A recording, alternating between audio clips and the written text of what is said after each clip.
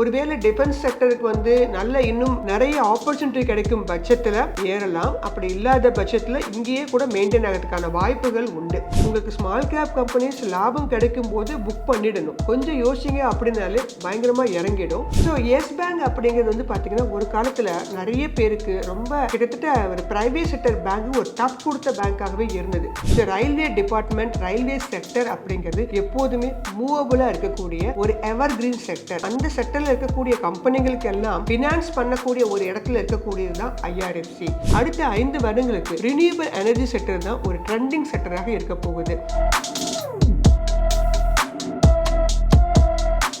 இந்திய அரசாங்கத்தில் பதிவு பெற்ற பாதுகாப்பான, நம்பிக்கையான மற்றும் விரைவான சேவை வழங்கும் யூனிடெக் எக்ஸ்சேஞ்சில் கிரிப்டோ கரன்சி வாங்க, விற்க மற்றும் வர்த்தகம் செய்ய அழைக்கவும் 8610138826. SME இன்டர்நெட் வியாபாரிகளின் நண்பன். வியாபார கடனுக்கு சொத்து அடமானம் தேவையில்லை. மார்க்கெட் வட்டியில் பாதி மட்டுமே, பிடித்தமில்லாத முழு கடன் வசதி. தொடர்புக்கு 9884400634 9600522282. வெல்த் கஃபே நேயர்களுக்கு வணக்கம். நம்ம இந்த வாரம் என்ன பார்க்க போறோம்னா, நேயர்கள் சில கொஸ்டின்ஸ் அனுப்பியிருந்தீங்க. அந்த கொஸ்டின்ஸ்குள்ள இருக்கக்கூடிய சில கம்பெனி ஷேர்ஸ் பற்றி பார்க்க போகிறோம். இது என்னுடைய தனிப்பட்ட ஒரு அனாலிசிஸ் தான். இது ஒரு பை செல் ரெக்கமெண்டேஷன்ஸ் கிடையாது.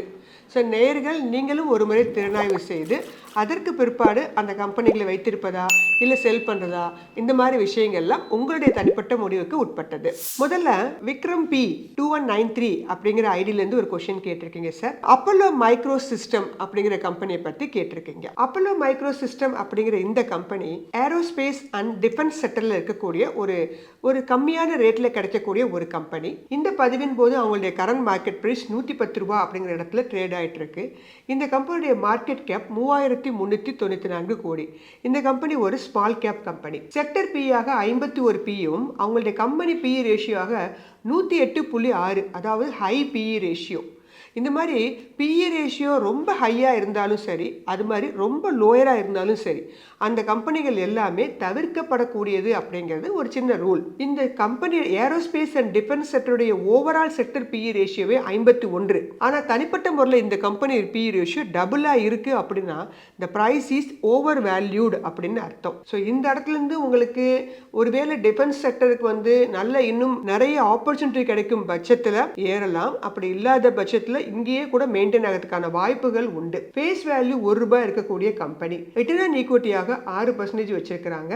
நெட் ப்ராஃபிட் 31 கோடி கொடுத்திருக்கிறாங்க. ப்ரமோட்டர் 55% வச்சிருக்காங்க. இருந்த போதிலும் கிட்டத்தட்ட 17% பிளட்ஜிங்ல இருக்கு. ஸோ இந்த மாதிரி பிளட்ஜிங், அதே மாதிரி high PE ratio, data wise பார்க்கும்போது இதெல்லாம் ஒரு சூட்டபிளான ஒரு டேட்டாவாக எனக்கு தெரியல. டெட் ஈக்விட்டி ரேஷியோவும் கொஞ்சம் குறைச்சிருக்கிறாங்க. இந்த கம்பெனி ஒரு ஹைதராபாத் பேஸ்டு கம்பெனி. ஸோ ஒரு ரிஸ்க் எடுத்து வேணா ஒரு ஸ்மால் அமௌண்ட்ல வேணா பற்றி யோசிக்கலாமே தவிர பெரிய லெவலில் ஒரு ஸ்கோப் இருக்கக்கூடிய கம்பெனியா அப்படின்னு கேட்டிங்கன்னா என்னால் இந்த கம்பெனியை வந்து சொல்ல முடியாது. ஏன்னா இது ஒரு small cap company, pledging company. இரண்டாவதாக மிஸ்டர் சுரேஷ்குமார் லோகநாதன் அப்படிங்கிற ஐடியிலேருந்து ஒரு கொஸ்டின் கேட்டிருக்காரு. எக்ஸைட் பேட்டரிஸ் பற்றி கேட்டிருக்காரு. Sir Exide batteries is a very good company.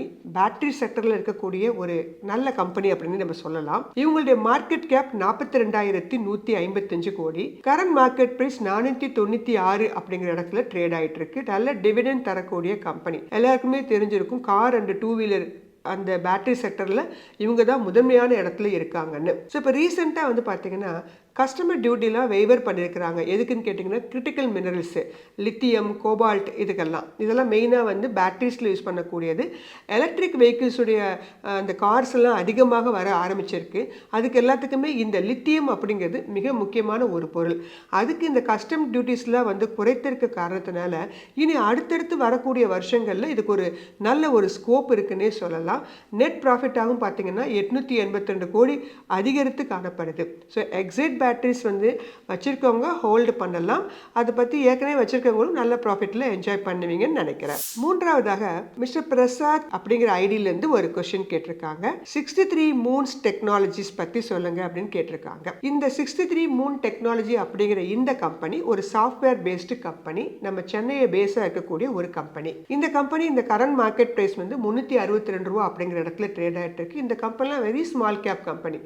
1619 கோடி தான் வச்சிருக்காங்க. ஃபேஸ் வேல்யூ 2 ரூபாய் இருக்கக்கூடிய கம்பெனி. இந்த கம்பெனி அப்படியே அப்போலோ மைக்ரோக்கு அப்படியே ஆப்போசிட், ரொம்ப லோ பிஇ ரேஷியோ. அவங்களுடைய செக்டர் பிஇ ரேஷியோ 35 இருக்குது.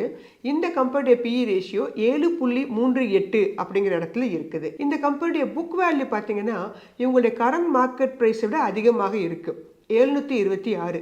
புக் வேல்யூ அதிகமாக இருக்குங்கிற காரணத்தால் மட்டும் நம்ம அதை சூஸ் பண்ண முடியாது. ஏன்னா புக் வேல்யூ அப்படிங்கிறது அந்த கம்பெனியுடைய அசெட் வேல்யூ. இது எப்போ கொடுப்பாங்க, இந்த கம்பெனிக்கு பிரச்சனை ஆகும் போது. ஸோ கம்பெனி ரன் ஆகிட்டு இருக்கும்போது தரக்கூடிய புக் வேல்யூவால் மட்டும் நம்ம இது வந்து ஒரு பெரிய ஒரு நல்ல கம்பெனி அப்படின்னு நம்ம சொல்ல முடியாது. ஏன்னா இந்த கம்பெனிலாம் பார்த்தீங்கன்னா ஆல் டைம் ஹையாக 3000 ரூபாய் இருந்த கம்பெனி. அப்போ அந்த இடத்துல வாங்கினவங்க. ஸோ இதனால் ஸ்மால் கேப் கம்பெனிஸ்லாம் இப்படி தான். உங்களுக்கு ஸ்மால் கேப் கம்பெனிஸ் லாபம் கிடைக்கும் போது புக் பண்ணிடணும். கொஞ்சம் யோசிங்க அப்படின்னாலே பயங்கரமாக இறங்கிடும். ஸோ இப்போ லோவாக பார்த்தீங்கன்னா 39 ரூபா வரைக்கும் போயிட்டு இப்போ 362 ரூபாய் இறங்க இடத்துல ட்ரேட் ஆகிட்டு இருக்கு. இங்கேருந்து இது 600 ரூபா வரைக்கும் போகலாம், இல்லை இறங்கி பழையபடி 300 ரூபாய்க்கும் கீழேயும் வரலாம்.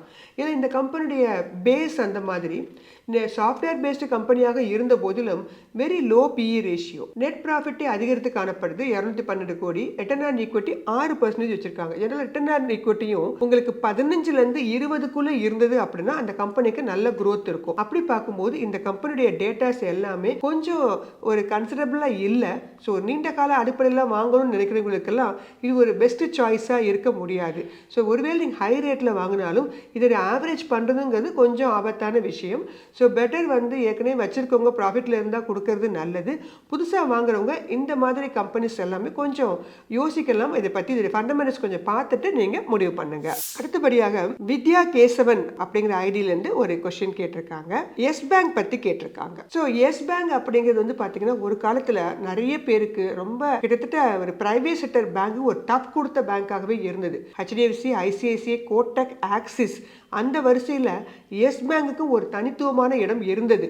ஆனால் இவங்களுடைய நிர்வாக சீர்திருத்த பிரச்சனைகளால் அதிகப்படியான லோன் கொடுத்து அதை ரெக்கவரி பண்ண முடியாத காரணத்தினால இந்த அளவுக்கு தேய்ந்து, ஒரு காலத்தில் நிஃப்டிலலாம் இருந்த கம்பெனி இந்த அளவு தேய்ந்து இப்போ இறுதியாக இந்த பதிவின் போது 24 ரூபா அப்படிங்கிற இடத்துல ட்ரேட் ஆகிட்டு இருக்கு. இவங்களுடைய மார்க்கெட் கேப் 74,963 கோடி. ஸ்வாட் அனாலிசிஸில் கிட்டத்தட்ட 12 பாயிண்ட் இப்போது வச்சுக்கிறாங்க. ஃபேஸ் வேல்யூ 2 ரூபா. டிவிடெண்ட்லாம் கொடுக்குற கம்பெனி இல்லை. இப்போ தான் கொஞ்சம் கொஞ்சமாக ப்ராஃபிட் காமிக்க ஆரம்பிச்சிருக்கிறாங்க. அதனால டிவிடெண்ட்லாம் கொடுக்கறது இல்லை. இந்த கம்பெனியுடைய பிஇ ரேஷியோவும் கொஞ்சம் அதிகம் தான், 52.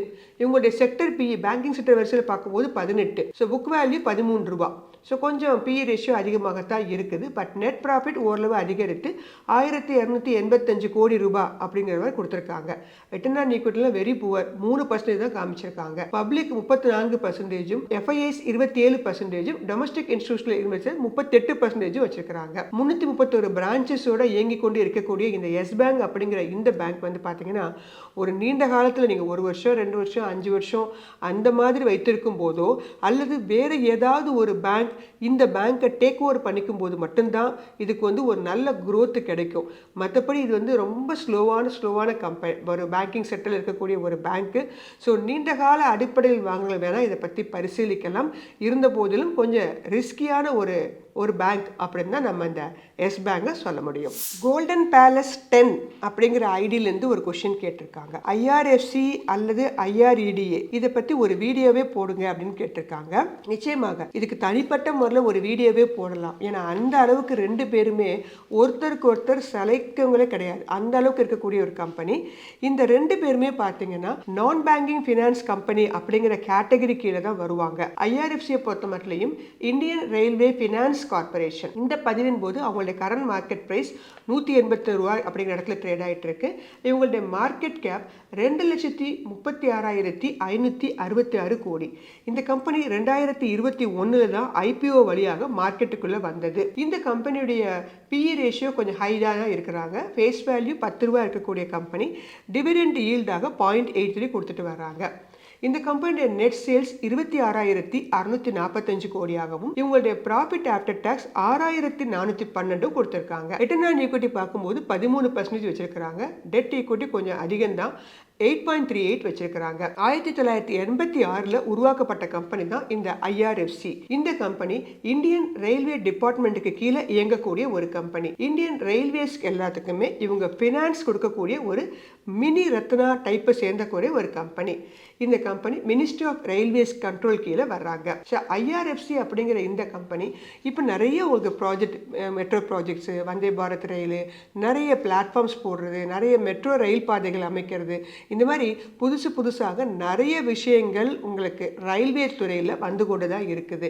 So railway department, railway sector அப்படிங்கிறது எப்போதுமே மூவபுளாக இருக்கக்கூடிய ஒரு எவர் கிரீன் செக்டர். அந்த செக்டரில் இருக்கக்கூடிய கம்பெனிகளுக்கு எல்லாம் ஃபினான்ஸ் பண்ணக்கூடிய ஒரு இடத்துல இருக்கக்கூடியது தான் IRFC. ஸோ IRFC அப்படிங்கிற இந்த கம்பெனி ஒரு நீண்ட கால அடிப்படையில் வைத்துக்கொள்ளணும்னு நினைக்கிறவங்களுக்கு ஒரு தரமான சாய்ஸாக இருக்கிறதுக்கான வாய்ப்புகள் அதிகமாகவே இருக்குது. அதே மாதிரி தான் IREDA அப்படிங்கிறது Indian renewable energy development agency. இந்த IREDA அப்படிங்கிற கம்பெனி ரீசெண்டாக சென்ற வருடம் தான் உங்களுக்கு IPO வழியாக வந்து ஒரு 50 ரூபா அப்படிங்கிற இடத்துல வந்து அன்னைக்கு காலையில் லிஸ்ட் ஆகி இன்னைக்கு அவங்களுடைய கரண்ட் மார்க்கெட் பிரைஸாக 245 ரூபா அப்படிங்கிற இடத்துல ட்ரேட் ஆயிட்டு இருக்கு. இந்த கம்பெனியுடைய மார்க்கெட் கேப் 65,998 கோடி. ஃபேஸ் வேல்யூ 10 ரூபாய் இருக்கக்கூடிய கம்பெனி. இந்த கம்பெனியோட PE ரேஷியோ கொஞ்சம் அதிகம்தான். இந்த கம்பெனியுடைய நெட் சேல்ஸ் 4,963 கோடியாகவும் ப்ராஃபிட் ஆஃப்டர் டேக்ஸ் 1,252 கோடியாகவும் இருக்குது. ரிட்டர்ன் ஆன் ஈக்விட்டி 14% வச்சிருக்கிறாங்க. இந்த கம்பெனி IRFCயை விட கொஞ்சம் டெட் கம்மி தான், 5.8 வச்சிருக்கிறாங்க. இந்த கம்பெனி மெயினாக என்ன பண்ணுறாங்கன்னா promotion and development of new and renewable energy. இவங்களும் ஒரு நான் பேங்கிங் ஃபினான்ஸ் கம்பெனி தான். ஆனால் இவங்க யாருக்கெல்லாம் ஃபினான்ஸ் பண்ணுறாங்கன்னு கேட்டிங்கன்னா ரினியூவபிள் எனர்ஜி செக்டருக்கு ஃபினான்ஸ் பண்ணக்கூடிய ஒரு கம்பெனி. பியூர்லி பார்த்தீங்கன்னா க்ரீன் எனர்ஜி சொல்லலாம், க்ரீன் ஃபைனான்சிங் நான் பேங்கிங் ஃபினான்ஸ்னே சொல்லலாம். ஏன்னா சோலார், விண்டு, ஹைட்ரோ இந்த மாதிரி கம்பெனிகளுக்கு எல்லாத்துக்குமே ஃபினான்ஸ் பண்ணக்கூடிய ஒரு மிகச்சிறந்த மினி ரத்னா டைப்பை சேர்ந்தக்கூடிய இந்த கம்பெனி IREDA அப்படிங்கிற இவங்களும் ஒரு நான் பேங்கிங் வரிசையில் கவர்மெண்ட் செக்டர், பப்ளிக் செக்டர் கீழே இருக்கக்கூடிய ஒரு தரமான கம்பெனி. அடுத்த 5 வருடங்களுக்கு ரினியூவபிள் எனர்ஜி செக்டர் தான் ஒரு ட்ரெண்டிங் செக்டராக இருக்க போகுது. அப்போ அப்படிப்பட்ட கம்பெனிகளுக்கு எல்லாத்துக்குமே ஃபினான்ஸ் அப்படிங்கிறது நிறைய தேவை. இவங்க நிறைய ஆர்டர் புக்கும் கையில் வச்சிருக்கிறாங்க. ஸோ நீண்ட கால அடிப்படையில் வாங்கணும்னு நினைக்கிறவங்களுக்கு IREDA அப்படிங்கிற இந்த கம்பெனியும் ஒரு பெஸ்ட் சாய்ஸாக கண்டிப்பாக இருக்கும். ஸோ நேயர்கள் கேட்ட சில கேள்விகளுக்கு நான் பதில் கொடுத்துருக்கேன். இன்னும் நிறைய கொஸ்டின்ஸ் உங்களுக்கு இருக்கும். அதை பற்றிய சந்தேகங்கள், கேள்விகள்லாம் நீங்கள் கமெண்ட்ஸில் கொடுங்க. உங்களுக்கு வரும் வாரங்களில் அதை பற்றிய விளக்கங்களை நான் தருவதற்கு தயாராக இருக்கிறேன். நன்றி, வணக்கம். இந்த வீடியோ உங்களுக்கு பிடிச்சிருந்தா லைக் பண்ணுங்க, ஷேர் பண்ணுங்க, கமெண்ட் பண்ணுங்க. மறக்காம வெல்த் கஃபே தமிழ் சேனலை சப்ஸ்கிரைப் பண்ணிட்டு பெல் பட்டனை கிளிக் பண்ணுங்க.